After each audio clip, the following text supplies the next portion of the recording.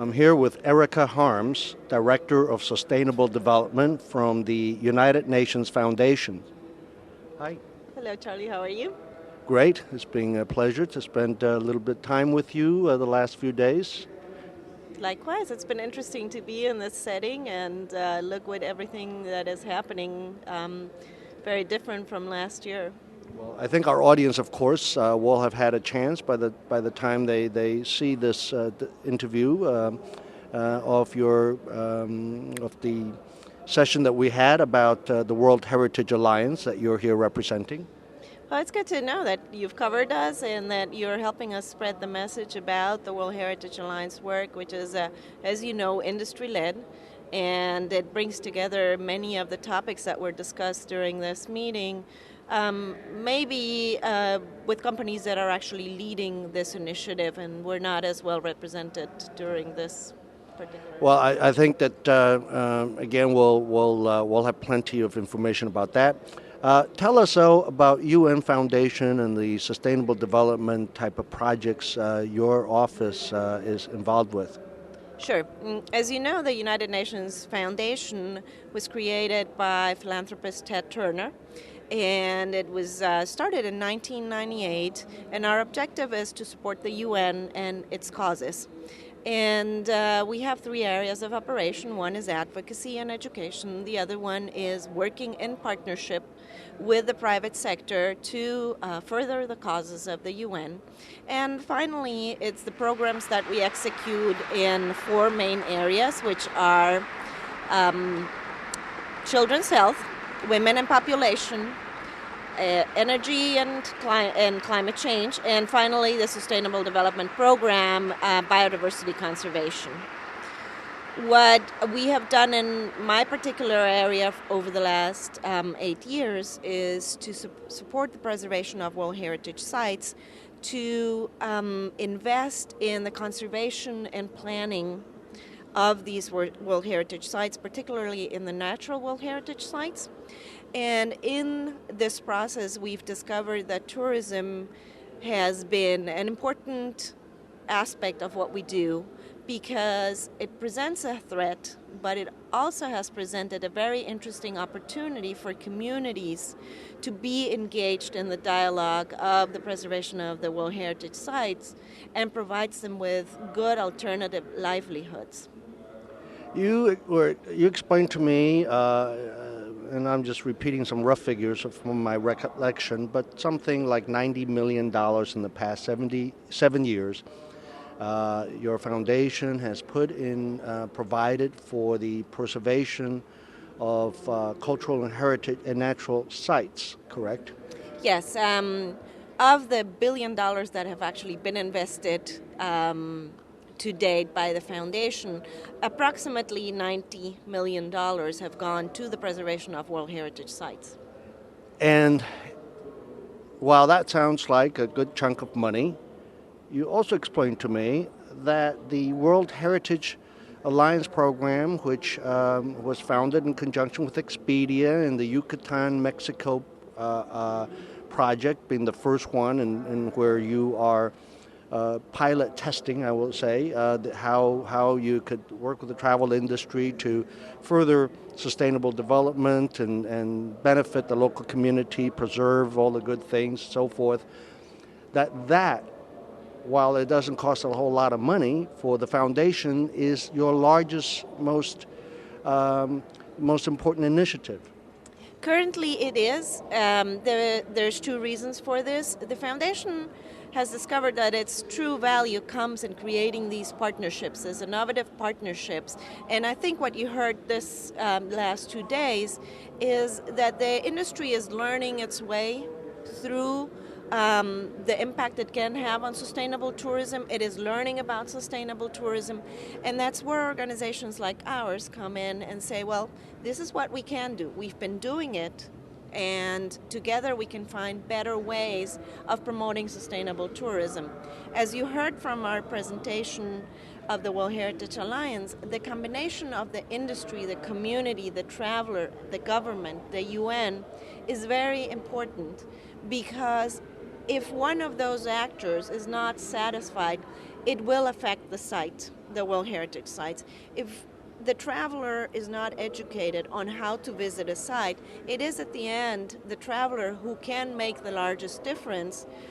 First, by lessening the impact and the footprint that the traveler has, and second, because it can have an influence of choice in the decision making by choosing to buy or purchase a provider that lives and provides services that go according with the sustainable practices. Um, the the CEO chairman of U.N Foundation, Senator The president is Senator Timothy Worth. Timothy Worth. I had read that he had a vision that it was important to engage the travel industry and regarding sustainable development, which is why this alliance came about. Very much so. As I explained before, we had seen repeatedly that these World Heritage Sites were very important tourism destinations, yet the benefit that the communities and the sites were perceiving from tourism directly were little. Much of the benefits go back either because purchase is done in a different country and they never leave the benefit of the community, or because there are not adequate systems in place in the protected areas to charge the visitors the fees that are required to actually sustain the parks. So in this process, we tried to reach out to the industry for several years, and it was until Expedia and its vision came to us that we were able to put together a program which fortunately is growing, and I believe we have a very successful first year, and we look forward to growing it more, that we've been able to talk to the industry. Travel Mall, as you know, is an online community for the travel industry, and we have roughly 500,000 members now around the world. When I read about your program and the travel industry partners that it has, which are some hotels, of course, Expedia founder, and some inbound tour companies in Mexico. For the last year and a half, 2 years, I kept asking myself, how does the rest of the travel industry get to participate? Of course, they probably want to be part of the action, so to speak. And the other thought I'd like you to address is that Expedia, of course, being a travel agency, may be also perceived as a competitor for probably most of the rest of the travel industry. So I said, wow, can you comment? Yes, I think there's several aspects here. One is the fact that Expedia is leading us. It allows to have a peer-to-peer conversation that Expedia has started, and it started with its suppliers. And I think Dara mentioned this, that they live in a very strange situation where many of the suppliers are also the competitors. But at the end, they are also suppliers. Most of the lodging, the airlines are found in Expedia. So the conversation with the industry led from a peer is a good entry point for an NGO, because it's saying, well, we recognize there's a value in it, and we ask you to think about it as a peer of the industry. So that's been very successful. On the second hand, we've also had many people come to us outside of Expedia because of what they've read through you and through others, saying, well, this just makes sense. It makes sense for us to preserve these valuable places. And what we have in common and that is unique to this initiative is that you can put a face to it, which is the World Heritage Sites.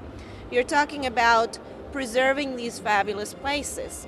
And so by limiting it, you encourage the industry to take steps, which are all, if you look at everything they have to do to be alliance members, it's all what they need to do to be a sustainable operator.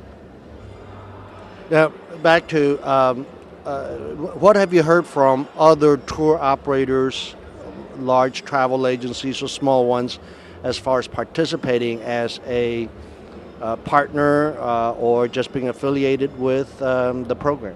Well, as currently we have 16 partners between industry and affiliates, including the government of Mexico, which is a good partner to have. We are now expanding the initiative to the Caribbean, and we're starting the process of asking partners to come. But Expedia is also helping us lead to the corporate outreach, the larger corporate entities to join us in that effort. As I said, we've only been around for a year.